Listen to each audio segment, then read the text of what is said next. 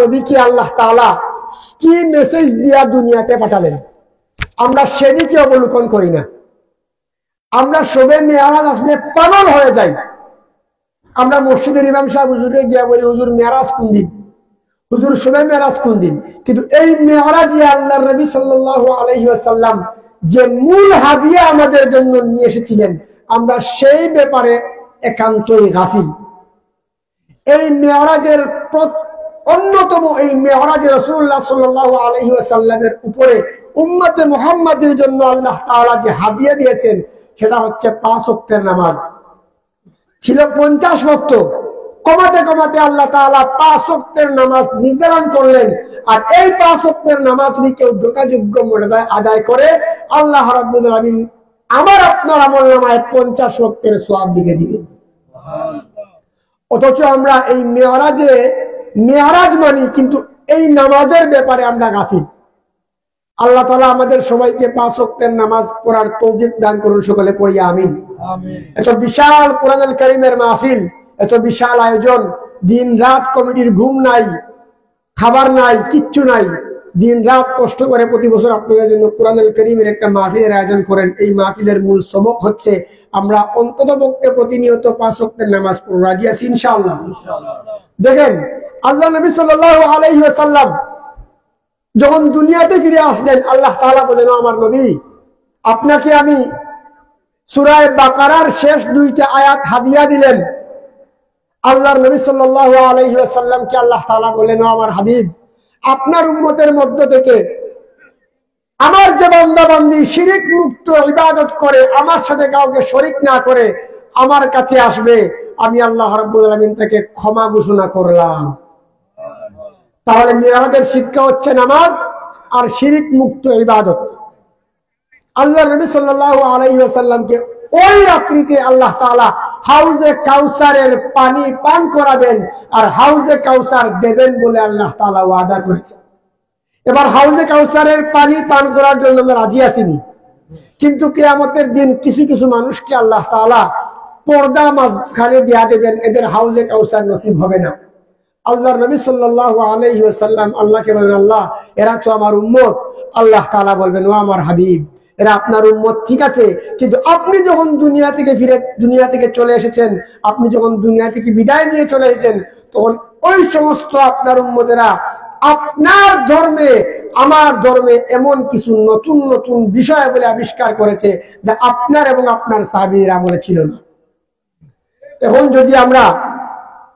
এখন যদি আমরা কোরআন এবং হাদিসের বহির্ভূত কোনো কাজ করি, তাহলে আল্লাহ রাসূল সাল্লাল্লাহু আলাইহি ওয়াসাল্লামের হাউজে কাউসার আমাদের নসিব হবে না। এজন্য আমরা যাই ইবাদত করব, আল্লাহ এবং আল্লাহর নবীর দেখানো পথে ইবাদত করব ইনশাআল্লাহ।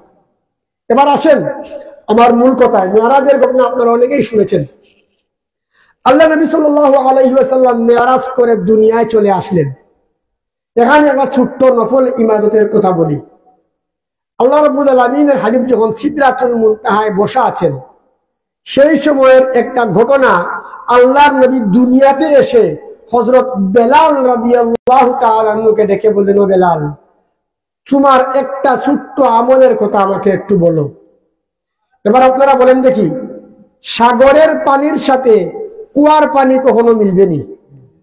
সাগরের পানির সাথে পুকুরের পানি কখনো মিলবে? আল্লাহর হাবিব সাল্লাল্লাহু আলাইহি ওয়াসাল্লাম তো হচ্ছেন আমলের মহাসাগর। রাসূলুল্লাহ সাল্লাল্লাহু আলাইহি ওয়াসাল্লামের আমলের সমপরিমাণ বেলাল রাদিয়াল্লাহু আনহুর কোনো আমল হবে? হযরত বেলাল বলেন, নবীজি, আমার তো তেমন কোনো আমল নাই যে আমলের কথা আমি আপনাকে বলবো। আল্লাহর হাবিব বলেন, বেলাল, তারপরেও তোমার একটা আমলের কথা আমাকে বলো। হযরতে বেলাল বলেন, ও নবীজি, আমার তেমন কোনো বড় আমল নাই, তবে আপনি যেহেতু বলছেন, আমার খাস আমলের মধ্যে ছোট্ট একটা আমল আমার আছে। আমি কখনো বিনা ওযুই থাকি না গো আল্লাহর নবী। আমার যখনই ওযু চলে যায় আমি সঙ্গে সঙ্গে ওযু করি, আর ওযুর ইহতিমামের জন্য 2 রাকাত নফল নামাজ পড়ি।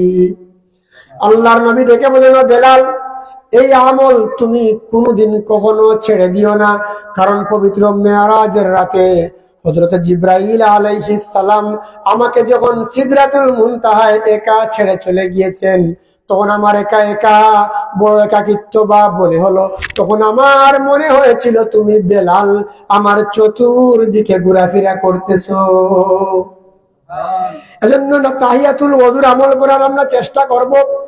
আল্লাহর নবীর খাদিম হযরত আনাস রাদিয়াল্লাহু আনহু ছোট্ট বয়সে ওনার মা আল্লাহর নবীর দরবারে দিয়ে গিয়েছেন। আনাস রাদিয়াল্লাহু আনহু বলেন, আমি একদিন দেখলাম আল্লাহর নবী ইস্তেনজা শেষ করে সামান্য পানি ছিল, ওই পানি দিয়ে ওযু করেছেন। আমি আল্লাহর নবীকে ডেকে বললাম, ওগো নবীজি, আপনি তো আমাকে পারমিশন দিলে, অর্ডার করলে আমি আপনার জন্য পানি এগিয়ে নিয়ে যেতাম। আল্লাহর নবী হযরতে আনাসকে ডেকে বললেন, আনাস, তুমি পর্যন্ত আমি নবীজি আসতে পারবো এর তো কোনো গ্যারান্টি নাই, এজন্য আমি সামান্য পানি দিয়ে ওযু করেছি। এর ভিতরে যদি আবার আল্লাহ আমাকে ডেকে নিয়ে যান, আমি আমার আল্লাহর দরবারে ওযু অবস্থায় তো উঠতে পারবো। এজন্য আমরা চেষ্টা করব তাহিয়াতুল ওযু, অর্থাৎ ওযু অবস্থায় সব সময় থাকা। ওযু ছুটে গেলে সঙ্গে সঙ্গে ওযু করে 2 রাকাত নফল নামাজ পড়ার চেষ্টা করব। আল্লাহ তৌফিক দিন। রাসূলুল্লাহ সাল্লাল্লাহু আলাইহি ওয়াসাল্লামের মিরাজ সফর শেষ করে আল্লাহর নবী চলে আসলেন। এবার আসেন মূল মুজিজা।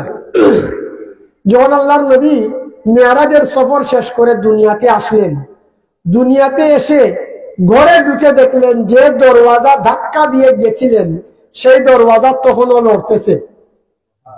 বিছানায় শুয়ে থাকলে যে এক প্রকার উষ্ণতা ভাব বিরাজ করে, সেই উষ্ণতার ভাব তখনও বিরাজ করতেছে। ওযু করে যে রাসূলুল্লাহ গিয়েছিলেন, ওযুর পানি তখনও গড়াচ্ছে। আচ্ছা বলেন তো, এটা কি সম্ভব নেই? আল্লাহর পক্ষে তো সম্ভব, কিন্তু হকিকতান আমাদের পক্ষে সম্ভব নেই, অসম্ভব। আমার বাড়ি শেখঘাট, এখান থেকে যদি আমি মির্জারগাঁও এসে বলি মাত্র 2 মিনিটে আসছি, কোনো পাগলও বিশ্বাস করবে না। একেবারে যদি হাই স্পিডে মোটরসাইকেলেও আমি আসি, মিনিমাম 5 থেকে 7 মিনিট বা 10 মিনিট সময় লাগবে।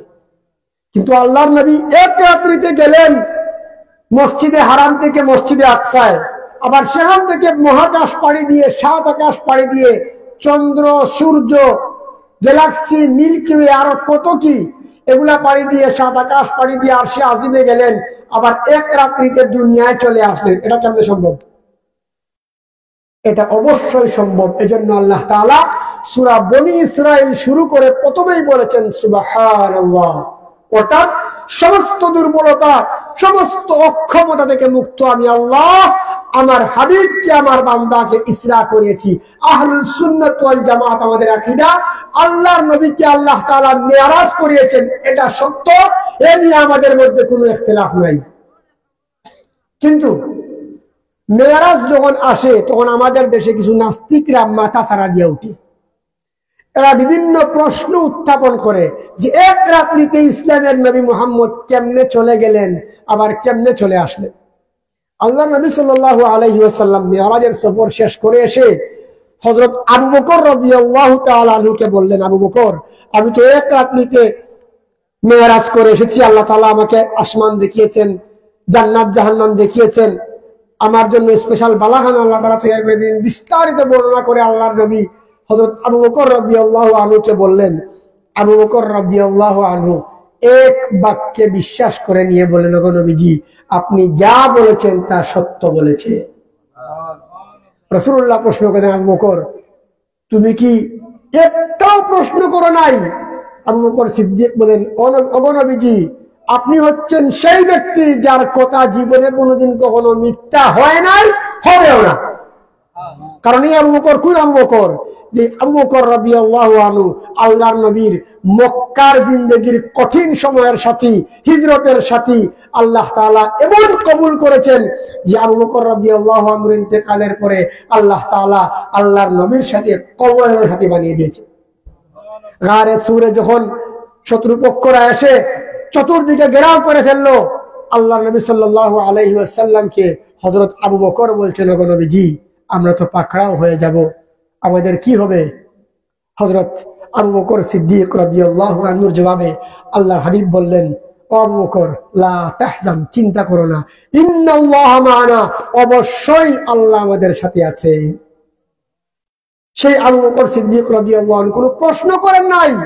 এক বাক্যে উত্তরে বলেছেন, ওগো নবীজি আপনি যা বলেছেন সত্য বলেছেন, আপনার কথা কখনো মিথ্যা হওয়ার উপায় নাই।